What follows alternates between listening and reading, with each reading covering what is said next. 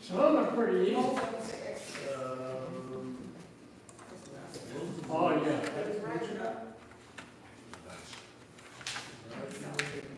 And the first thing is you think about who is that person and what did he do? That's the clue.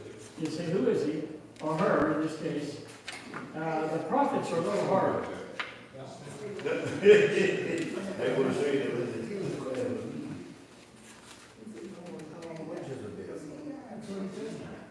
Okay, then you think about Haggai is also a negative book, see? So you think about you know the books of the Bible that Haggai is, which is good. Yeah, that's Jerome. What did Gideon do?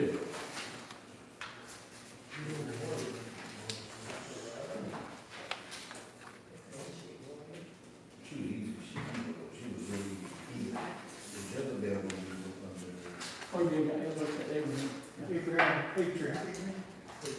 Abraham. Yeah. Right there.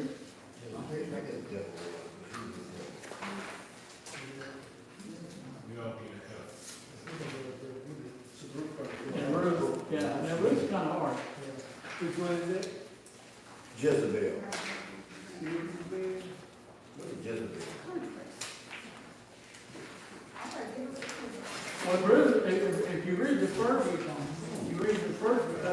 verse of Ruth, it says, in the days when the judges ruled. So that's when it is, yeah.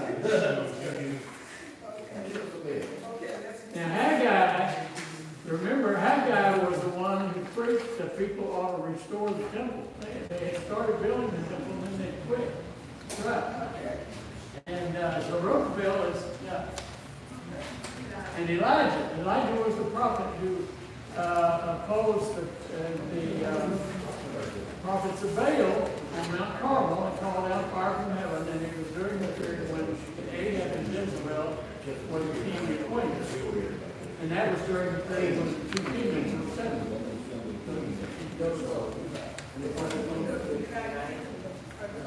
Divided kingdom.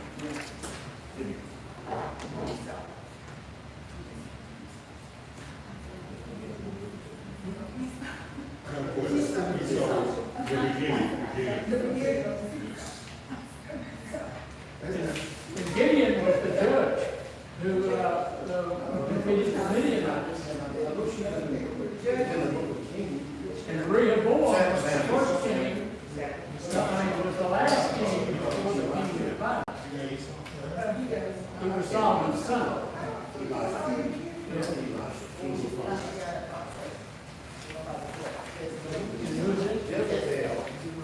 Jezebel, okay. Jezebel was the queen when Elijah called down fire from heaven and he ran away. He was afraid of judgment. What was she at? Undivided kingdom. Yeah. Okay, now, my question is, what makes that so hard? You see? Not knowing. Not knowing? That makes it hard, or easy. Okay. That makes it hard. Now, remember now, when you get to heaven, and you go meet some of these people, all of them if you have time, and you meet Ruth, and you start a conversation, and you're going to be thinking, oh, I can't remember now what you did in the Bible. They years down there for that. My question, I'm sure nobody's gonna be looking for me, but I'm gonna be looking for all of us. And, no, I would put Jeremiah over here. He could be go either way, huh? Yeah, he actually could go In between like all, right here. in between all of that. Yeah, because remember I said to you, he lived before the fall After. and during, and just as it happened. Yeah. And after, and then after. But he died before this, so if you kind of put him on the edge, he is one, I tried to get people who fit neatly in one, but Jeremiah is one of those people. Of course, Esau was a patriarch, Jacob and Esau. You remember? Abraham and Isaac, and Isaac had two sons, Jacob and Esau. And so, some people don't call him a patriarch, but I do. And he's a patriarch, at least of the, today, there's a whole race of people that come from Esau. And then, of course, Moses, everybody knows he was in the Exodus. I thought I had Joshua, but I didn't. And so I'll make some more of these, and you can keep them here when you have your game night sometime. You can try this. It'd be good to get the women and the men, see which one knows it better. Get the deacons and see how well they do, Pastor. I'm gonna be after that. All right. Now,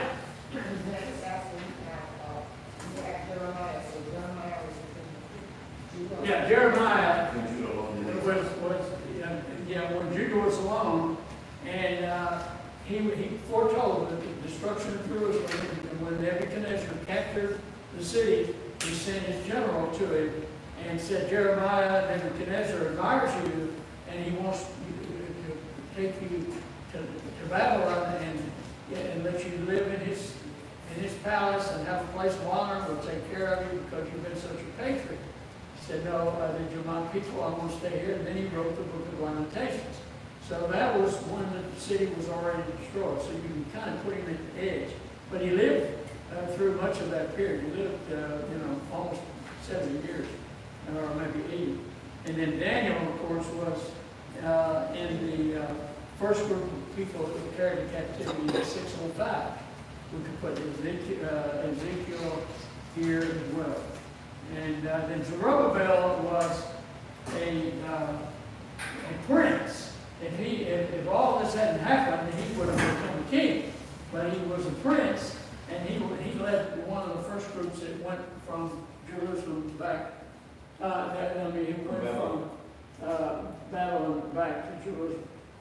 And Haggai, then, of course, I mentioned last week, he was the most successful preacher in the Bible because he told the people, you ought to get busy and build that temple. Finish it up. It started, but you stopped and built your own houses. And that's not right. You're living in palaces and the house of God is in disrepair. So they got busy and did what he said. One of the few prophets in the Bible that had that record. Yeah. When you're going to put on his gravestone, a prophet that people listen to. That'd be a nice feature. Now, let me give you a suggestion. In fact, I'd like to distribute this to everybody in the church. Suggestions for reading an Old Testament book. And I'm pointing out especially two books.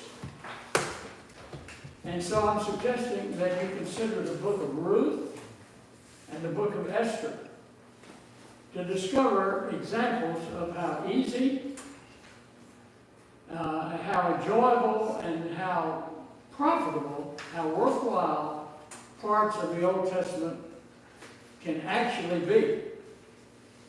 I think maybe we pastors have neglected part of our role. We emphasize people ought to read the Bible, but a lot of people don't read the Bible, and partly because they don't know where to start. Or they start in the wrong place. Or they get to a place where they just don't know what's going on. And that's why I recommend that everybody, old and new Christian, old Christian, new member, church member, old church member, everybody ought to have a good Bible that has an introduction to each book, a study Bible. I don't care for study Bibles in terms of dividing the material up into sections. All of those are doctrinal oriented, and I don't care for those. Although I'm not saying you shouldn't use one, but I do like a study Bible that has at the beginning of each book a brief synopsis of the chapter. You know, I gave each of you that little book about knowing the Bible, and it has an introduction to every book in the Bible. Now, that's where you should start if you really want to get into, if you don't know. All right, now let me suggest that you have these two books here, Ruth and Esther. They're named after women. We don't realize, unless you stop and think about it, how important women are in the story. I've heard people criticize Christians through the years because they say, well, there's no role for women. Well, you just haven't paid attention to the Bible. And the Hebrew people, although they had a patrilineal society, they inherit from the father, the women have a major role to play. And these two books partly demonstrate that. Now, let me show you about these two books. I've said here, each book is relatively short. The book of Ruth is only 4 chapters. And really today I should have sat down and read it through. I've read it many times, but I've never counted how long it took. But I suspect that, you're a pretty good reader. You can just read it through maybe in an hour, or certainly in one sitting, or you could read it part of today and part of tomorrow. The book of Esther is a little longer, about twice as long, and harder to read, probably, and a little more complicated, but not anything like Leviticus, not even as complicated as Genesis, and certainly not as complicated as a book like Jeremiah. Both of these books, by the way, are in chronological order. In other words, you read the story of Ruth, and the story moves, it's in chronological order. The events are not mixed up. You read Daniel, and you read Ezekiel. The events are not in order. Of course, it doesn't really make that much difference in many cases. But we're accustomed to reading a biography that is in order, chronological order.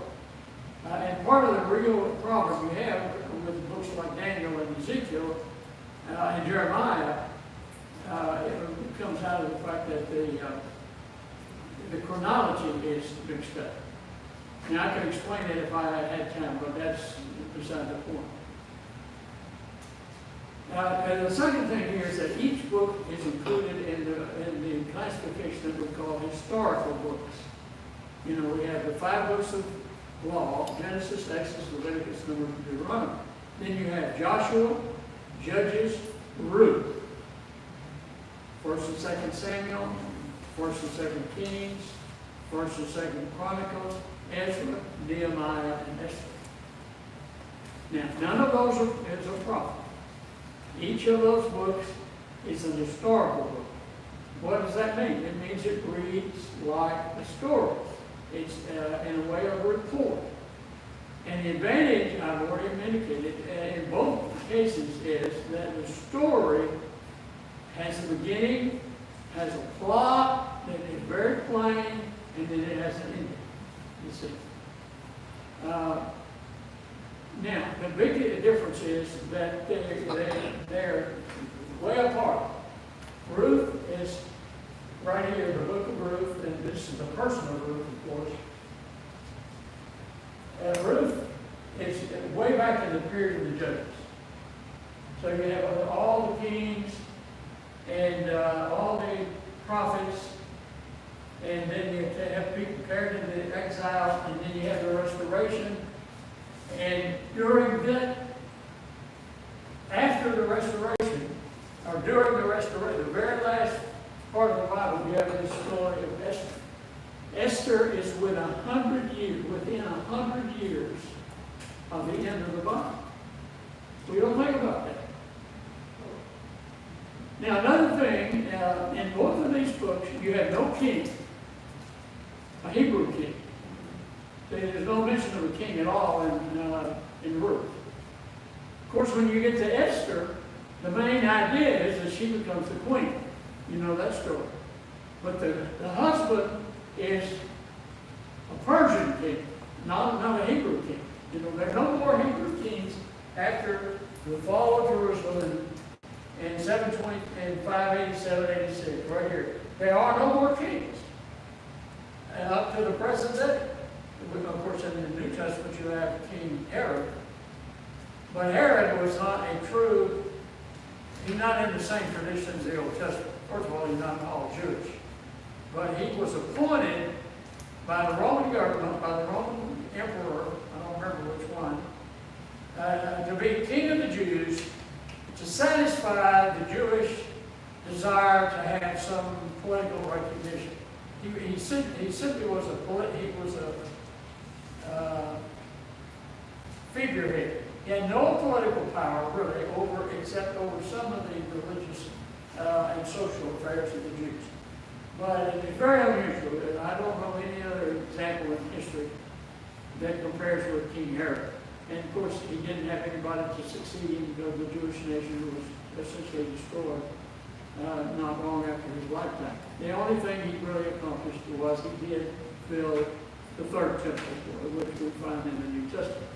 So here you have that during the lifetime of Ruth and during the lifetime of Esther, they themselves are not connected in any way. They didn't know each other. I'm not even certain I'm pretty sure that Esther knew about Ruth because she almost sort of was familiar with the Jewish tradition, knowing what we know about her, and because of Mordecai, they were very devout people. But in terms of connection, there is no connection. They're not related in any way. They have different roles and accomplish different things. Now, the other thing I want to say is that each one of these books reads like a narrative and like a short story. The main difference is one is shorter than the other, and the other, that is Esther, is not only longer but a little more complicated. There are a couple of subplots. And I've already indicated in each period, in each story, there is no Hebrew king, there's no prophet, and there's no prophet. We think the Old Testament has a lot of prophecy about the future, but there's not any of that except the reference in Ruth, of course. There's a story of Boaz married Ruth, and they had a son named Obed, and Obed had a son named Jesse, and Jesse had a son named David. And so that's the purpose of the book, to tell that story and explain that part of the heritage of Jesus. And that comes at the end as a beautiful, beautiful conclusion to the story. It's the equivalent of our saying, and they lived happily ever after. It's a beautiful story. But in terms of it, there being a prophecy that a Messiah would come or something, you see, when all that was going on, they had no idea that Jesus would be born as the descendant of Ruth. But that prophecy, of course, came later in the time of David. Now, so what I'm saying is you pick a story, and in this case, take Ruth first, since she comes first. They're only, and so down at the bottom, I've got some highlights about each book. Pretty simple. First of all, there are only 7 characters in the book of Ruth. And early on, when I was a child, I memorized the names of all those 7 people. They all have a beautiful, a part to play. There is, I might catch myself now because I didn't review this part today, but you had Naomi and Abimelech. And they were devout Jewish people from Judah, not too far from Bethlehem. Actually, that was their hometown, Bethlehem. And a famine came, and so they traveled, I think it was 60 to 80 miles, to a neighboring country called Moab. At that time, the Moabites were not actively enemies of the Hebrews, but they never were compatible. The Hebrews, of course, worshiped Jehovah. The Moabites, for all practical purposes, were pagans. At other times, the Moabites and the Hebrews fought violently, killed each other and all that. But at this particular time, there was a certain amount of peace, and so they went over there. Very common. We don't see here in our country because nobody wants to leave America and go to the neighboring country. I guess if we had a famine or something, or you lost your job and then you got offered a job up in Canada or something, you might move. That's kind of what it would amount to. So you have Abimelech and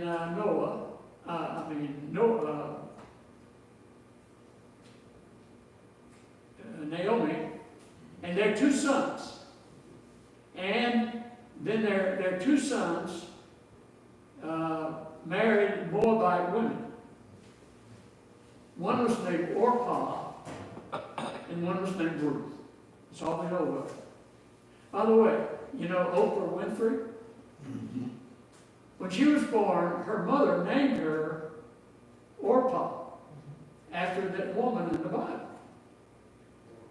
But whoever went down to the courthouse to register her birth did not know how to spell it. And Oprah herself tells the story that whoever went down there reported it, and the clerk put it down as Oprah. Not Orpah, but Oprah. I've never known anybody named Orpah, except that young woman in the Bible. So Oprah Winfrey was named after this woman, but they messed it up. Okay, and you know the story that the father died, and then both the sons died. And so Naomi told her daughters-in-law, that they should just go back home. Now remember that in that time, the only security a woman had was her family.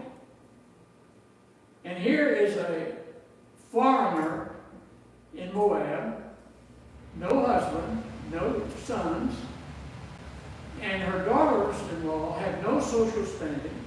They probably had no job. I don't know anything about their family, but at least they could not offer Naomi any real stability, or could not take care of her. She would be taking care of them, basically. And so, in that day and time particularly, being with your family, and I don't mean the people in your household, I mean your father and mother and brothers and sisters and aunts and uncles. Those are the people that support you. And as you know, one of the women went back, and then Ruth didn't. And Ruth said, no, I will go. And Ruth 1:16 is the key verse. And you hear that verse, whether you go, I will go, and where you die, I will die. And your God will be my God. And that's a remarkable confession of faith. When do you hear that verse quoted most? You hear it quoted at weddings? It had nothing to do with a wedding. And not what a wife says to a husband or a husband says to a wife. It's what a new believer in Jehovah says to the person who guided her to believe in God. So she takes not only Ruth's son's name, but she takes Ruth takes not only Naomi's son's name, but the whole destiny of that family, becoming a Hebrew. And by the way, Ruth is not a Jew. See, that's long before the time of the Esther is a Jew. She's called a Jew. But in the time of Ruth, Ruth was not technically a Jew because that term didn't exist. And so they go back, and they go back probably to the same house that Naomi and Abimelech had left. Because in that time, once you inherited your property, it remained in your family, except in unusual circumstances. And even if you're absent,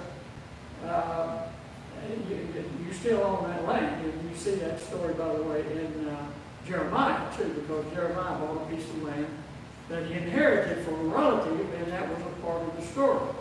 But in this case, Naomi goes back, and the people knew her. I don't know how long.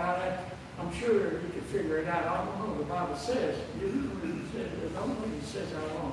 But you can kind of figure it out from the ages of the children and so forth.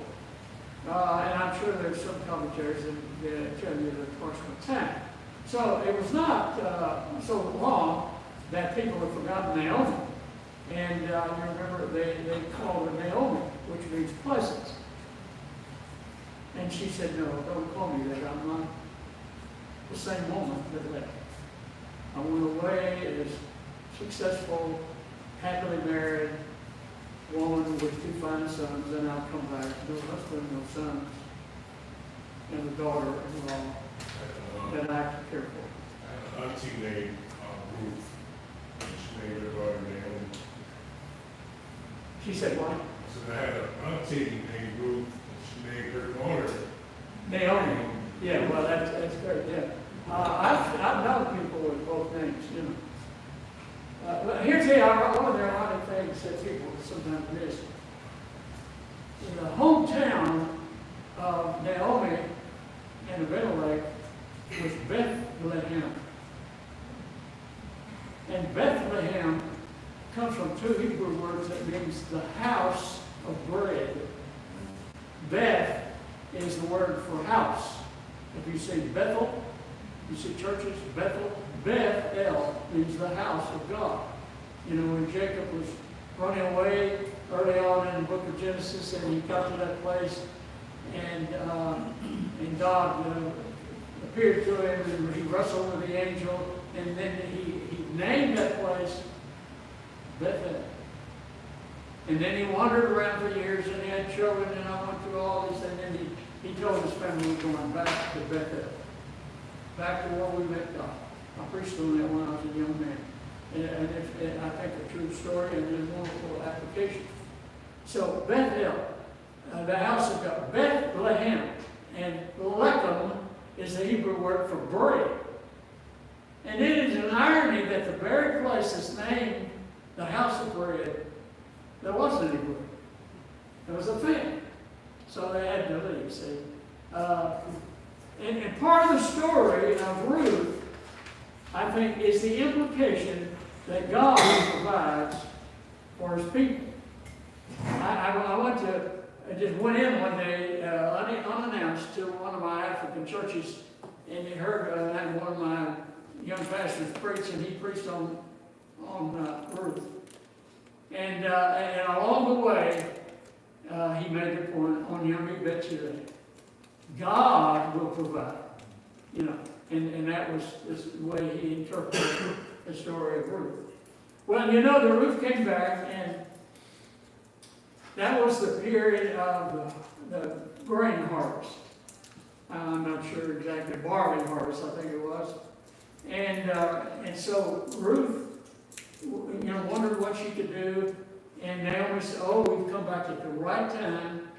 The barley harvest, and in our law, in our religion, going all the way back to the time of Moses, the people who harvest their crops are to leave some of it around the edges and in different places. You know, farmers even today, with all our mechanization, you're almost any crop, corn or maize or cotton. Of course, you don't need cotton, but when you turn and you're harvesting, you turn your machinery, you always leave something.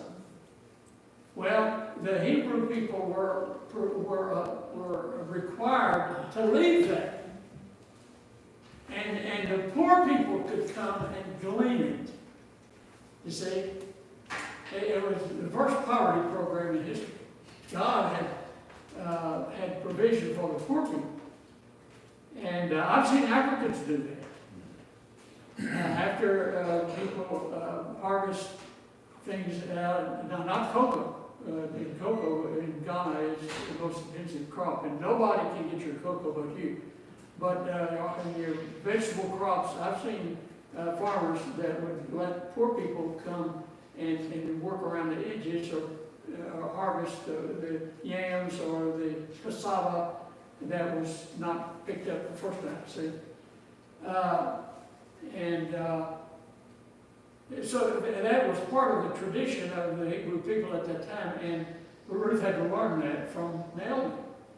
And, as you remember, when Naomi went out, she didn't know where to go, and she went to this field where there were a bunch of people working, and it looked like a pretty good crop, and so she just went there. She had her baskets, and she'd taken her baskets with her, but when she got there, the wealthy owner of that farm, he had people working for him. And he saw this very attractive woman. She probably was not dressed like a Hebrew woman. When you go downtown to H-E-B, can you tell the Hispanic people who have just come from Mexico from the people who grew up and went to school here? Probably. And you can call it profiling or whatever you want to, but you can. They just dress differently.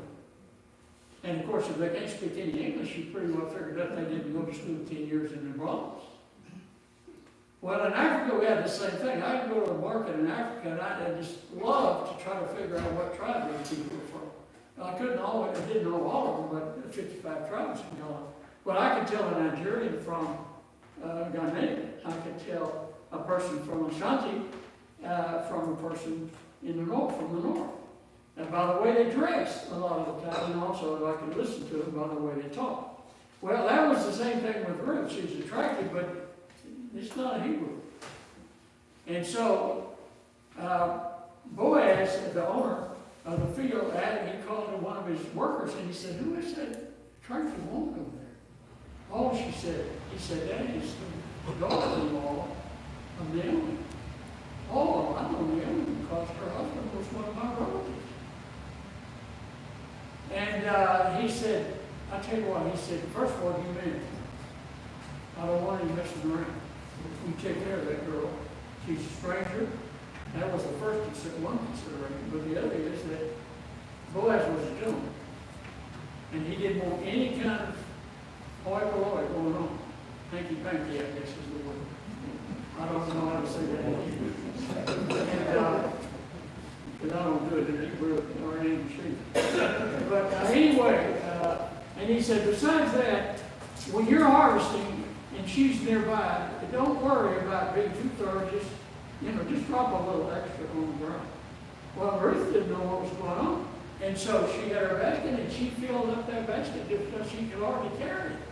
And when she got back to the house, Naomi was boy, how in the world did you get this much grain? She said, "Well, it's take me a week to get it." And he told the story. She told the story, and Naomi said, "Oh yes, Boaz. Boaz is a relative of my late husband." Now here's what you do. We have a custom in Israel that when a man dies, his nearest relative has the first opportunity to buy his property. But with the property comes the wife and children. And she said, Boaz is the most eligible bachelor around. And during this season of the year, he works so hard during the day, he doesn't even go back to his house. And by the way, something the Bible doesn't mention, but I learned this in Africa. probably didn't live on the property that he had where his farm was. It may have been a mile away, you see. So, in a busy time of the year, and you walked out to your property to supervise the harvest, why would you go home at night? You can cook what little food you're going to have and eat and rest right there and save all that time and all that energy. So he actually slept out on the field. That didn't mean he did that all the time, but just during the harvest. And so Ruth went out and she put her pallet near him, and he woke up and saw her, and he inquired about her being there. But gentleman as he was, he heard out the whole story, and she told him that my mother-in-law tells me that you are the nearest relative of her husband, and you have the right to purchase her husband's property, and also you have the right to marry me. And he was such a gentleman, but he said, all right, but there are a couple of things I have to do. And so he called his friend and a relative, and he said, I'm going to meet you at the city gate, and we're going to carry on a little business. And so they had quite a time. They called some elders to sit there as witnesses, and he told the story. He said, now, you are the first, the way it was, I missed the story. The way it was, Boaz said, no, I'm not the first relative. There is another man who is a closer relative than I am. He has first choice. So we will have to negotiate with him. So he called this man and he told him the story. He said, you have the right to inherit the property of Abimelech. You can buy his property. Oh, good. He said, I'll get my money ready. He said, wait a minute. There's a catch. If you buy the property, you have to marry the wife. Oh, well, he said, thank you, but I have a wife. And so he passed, and that left Boaz as the most eligible relative. And that's how it came about. Now, that's a beautiful story. I don't know, even Hollywood, as far as I know, has not ever, there may be a movie about Ruth, but I haven't seen one in the theater. Of course, the only, I've seen a couple, I have two movies about the Bible. The best one I've ever seen is Jeremiah. And then there's a wonderful movie about Ezekiel.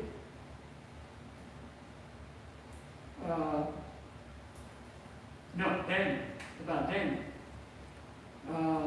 I'd like for you to see both of them. But generally speaking, I don't care all that much for Hollywood movies. I had a friend who was a pastor, who was a teacher at Southwestern Seminary when I was a student. And then later, when I came back, he had come back to teach. I never had him as a teacher. And he did a doctor of theology degree at Southwestern Seminary and taught there for a few years. And then he went to Yale University, to Princeton University, and did a PhD, doctor of philosophy, and wrote a dissertation on the influence of Christianity on the fine arts, music and sculpture and art, like the Vatican and all that. And so he got the reputation for being an expert on Christianity and the fine arts. And that included stories and books and movies based on the Bible. And so anytime Hollywood would make a new movie about the Bible, like the Ten Commandments, and even Ben-Hur, which is based on New Testament events. Book of Eli was pretty. How's that? Book of Eli. Yeah. But anyway, these movies, and it asked him an opinion about it, and here's what he said. I heard him say it 2 or 3 times. He said, well, I tell you what I think about Hollywood and movies. He said, Hollywood ought to stick to sex and violence. They know more about that than anything, and just leave the Bible alone, you know. Well, I don't know how the movie would be if you had a movie of Ruth, but she would be an attractive woman, and Boaz would be a gentleman and handsome, probably, but he probably was older than she. And so it's a very simple story, and I've wondered through the years why we neglect it. Of course, it doesn't have, except a reference to the ancestry of Jesus. It doesn't bring you directly to Jesus, but I make that point. And the beautiful lessons in the book are from Naomi herself. By the way, who is the main character in the book of Ruth? It's Naomi. You see? The book is named Ruth, but really Naomi is the main character. She's in every scene, well, except the part about the getting married. And so I'm suggesting that we ought to help our relatives and friends to know that a story like this is a wonderful story to read. You know, don't start. There's so many people that really intend to read the Bible and they get discouraged. I don't know if this is really true, and I don't know if anybody's ever studied it, and I'm very leery of so-called statistics. You hear preachers that throw these statistics around. Well, that's kind of dangerous because I don't think anybody's keeping count. But it's possible that the most read parts of the Bible, first few chapters of Genesis, and the first few chapters in Matthew. You know why? Because a person goes to church and he or she hears the pastor emphasize you ought to read the Bible. So that person goes home and he or she sits down and says, I'm going to read the Bible from cover to cover. So you open up the Bible and where do you start? Genesis 1. In the beginning, and you get to reading, and then you get over a little bit, and what do you find? You find that long list of genealogies. Yeah. So you say, well, wait a minute, I'll tell you what I'll do. I'm going to start with the New Testament. So they go over to Matthew. Now, Matthew is the most Jewish book in the New Testament. If you didn't know that it was in the New Testament, you wouldn't know it was because it reads just like an Old Testament book. It's all about the Old Testament, and the first thing you do, you get it right away. You get in that long genealogy. It's a little different, but the same principle. And it's tedious, and so people get it. See? By the way, the most read part of the Bible is the Gospel of Mark, and we know that for a fact because these Bible translators, they go out and translate the Bible into a new language. I met several in Ghana. We had a marvelous Assembly of God missionary in Tamale, the Lord's family in Ghana. And I knew him and I appreciated him, and he did wonderful work.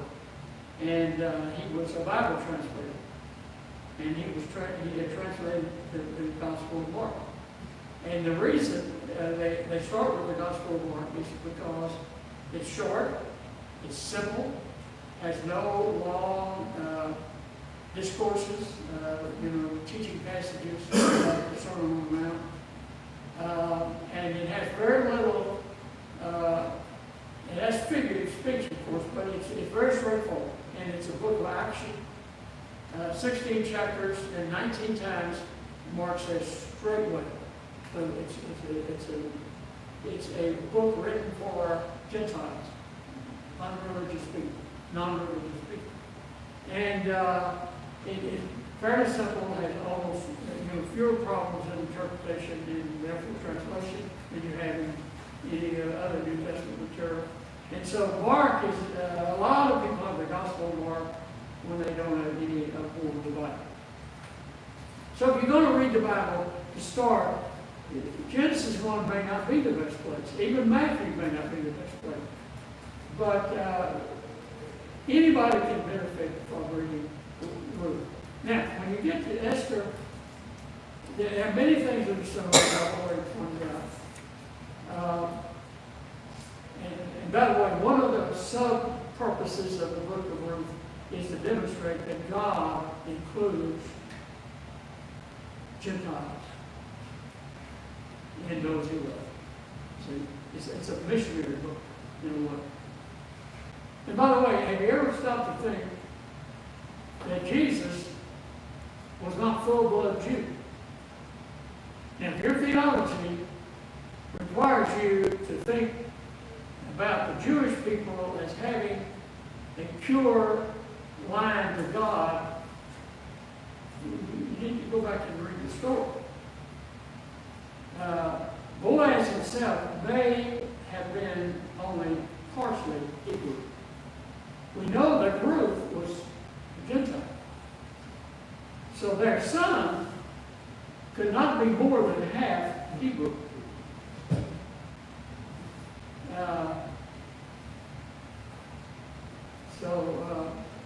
Somewhere in the background of Jesus, there's not 100% bloodline all the way back to David. I mean, all the way back to Abraham. And the book of Esther, there are only four or five main characters. You think about it. Now, Esther's a little more involved. There are really about three plots in the story of Esther. The first plot is, and by the way, this Ahasuerus, who's also called Xerxes. I don't think that word's in the Bible, but I think in secular history he's known as Xerxes. When you go from here to Seguin, I haven't been in a few months, just you get to the overpass on the right, there's a company called Xerxes. I don't know what they sell. But every time I see that, I will find out where they come from. But anyway, and Ahasuerus was the king, and you know that he had this big banquet, and he had his wife. She was a beautiful woman, and she was a dancer. And so there they were all drunk and carrying on, and so he wanted to show off his beautiful wife, and he wanted her to come out and dance for all these drunk people. And she was a gracious lady of some kind. I don't know anything else about her, but she had system not to do that. And she refused to come, and that embarrassed him so much. And his stupid advisors, the Persians were the worst people in the world for stupid advisors. And they said, listen, king, you're in trouble. If the word gets out that your wife doesn't do what she tells you to do, you're going to be in trouble. You got to do something about this. So he just decided he would put her away. Well, then he had to have a new one. Probably had half a dozen, but he wanted a wife that could appear in public and all that sort of thing. And like Brigham Young, if you ever go to the Mormon temple in Salt Lake City and you tour the city and you go to the Brigham Young's house. And he had 37 wives. But he had to pick one wife. He had to pick one wife to be the one that would go with him when he went on parades and went to meetings and things like that. And the one that was really his first wife didn't want to do all that jazz. And so he picked some other woman. And as far as I know, he had the same one. I don't know. But anyway, they make a big thing of that. They're so happy to tell you that story about the Mormon guys when they take you through. I've been there 3 or 4 times. And they take you through and tell you about all these wonderful things. And, well, anyway, Ahasuerus had more than one wife, but he wanted a new wife. And so he sent out word that all the young women in the town or in the area that wanted to get in the running, they were going to have a contest. So they chose these women and then put them in training for probably a year or so and taught them how to act and then taught them how to dress and taught them, some of them had probably teach them the Persian language. And Mordecai, this devout Jew, brought his niece, his cousin, Esther. And you know the story that Esther was chosen to be the queen. And she became very important and very well respected by the king. Now, in the meantime, the second story has to do with Mordecai was a well-respected Jew out in the community, and he discovered a plot of 2 men who had plotted together to kill the king. And he found out about that, and he all of a sudden was fluent in Hebrew and in Persian. And so he reported, I have to go back and see if Esther was involved in that story or not. But anyway, he reported that to the king. He got the word to the king, and the king captured these men and executed them. And then a little bit later, the king had a right-hand man named Haman, and he was wicked. And he was trying to be a big shot. And he hated Mordecai because when Haman rode on his white horse and went through the city, all the people bowed down before him. Remember, down here in New Braunfels, wherever direction it is, this way it is, they had a big mural on the wall, and Prince Solms is in that picture, the man that founded New Braunfels. And I've heard the story here that when Prince Solms rode through the city of New Braunfels in his chariot, in his wagon or his buggy, that the people on the side of the street would take off their hats, and when he went by, they would bow down like that.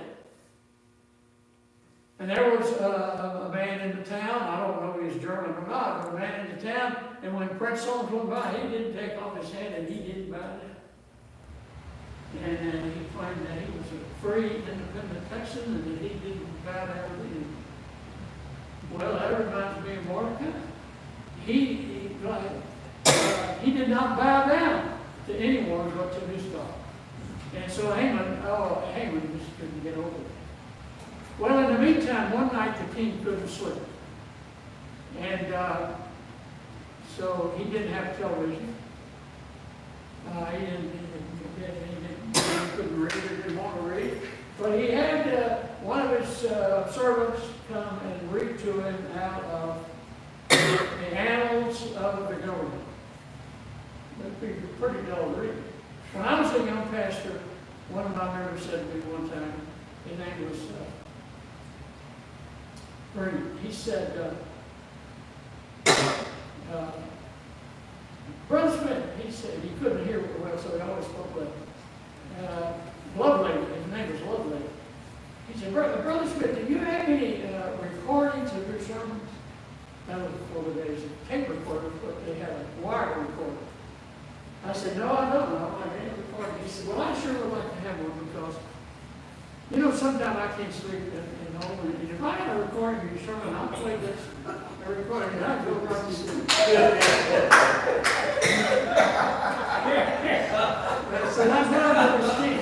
This king couldn't sleep, so he called his servant and he went to the library and he got this government record. Imagine going out to the courthouse and getting the records of the deeds of how this building, how this land was fallen. And he read the account of Mordecai had reported the attempted assassination of these two men, who in turn were captured and put to death, and it saved the king. And the king said, by my soul, I had forgotten about that. He said, what did we ever do to reward him? He said, well, king, there's nothing in the record about your rewarding him. You're rewarding Mordecai. He said, well, we got to do something about that. So he called Haman in the next day. He said, Haman, let me ask you a question. He said, if you were the king, and there was a man in the kingdom whom you greatly admired, who had done something wonderful for you, and had been a marvelous citizen, what would you do for him? He said, well, I'd get a white horse. I would put him on the white horse with the finest uniform that was made.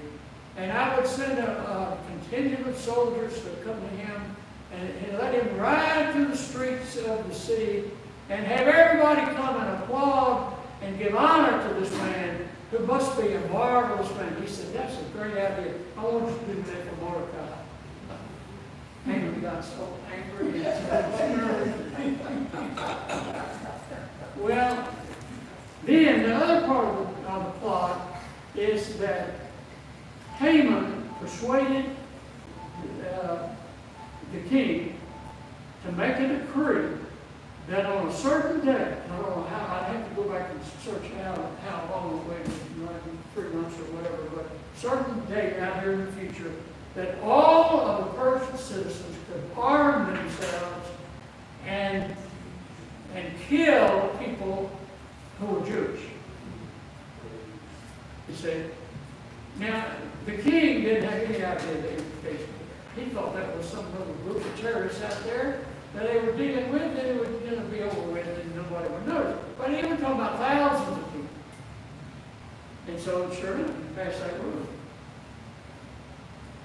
Mordecai heard about it, and he came to Esther, and he said, Esther, let me tell you what's about that.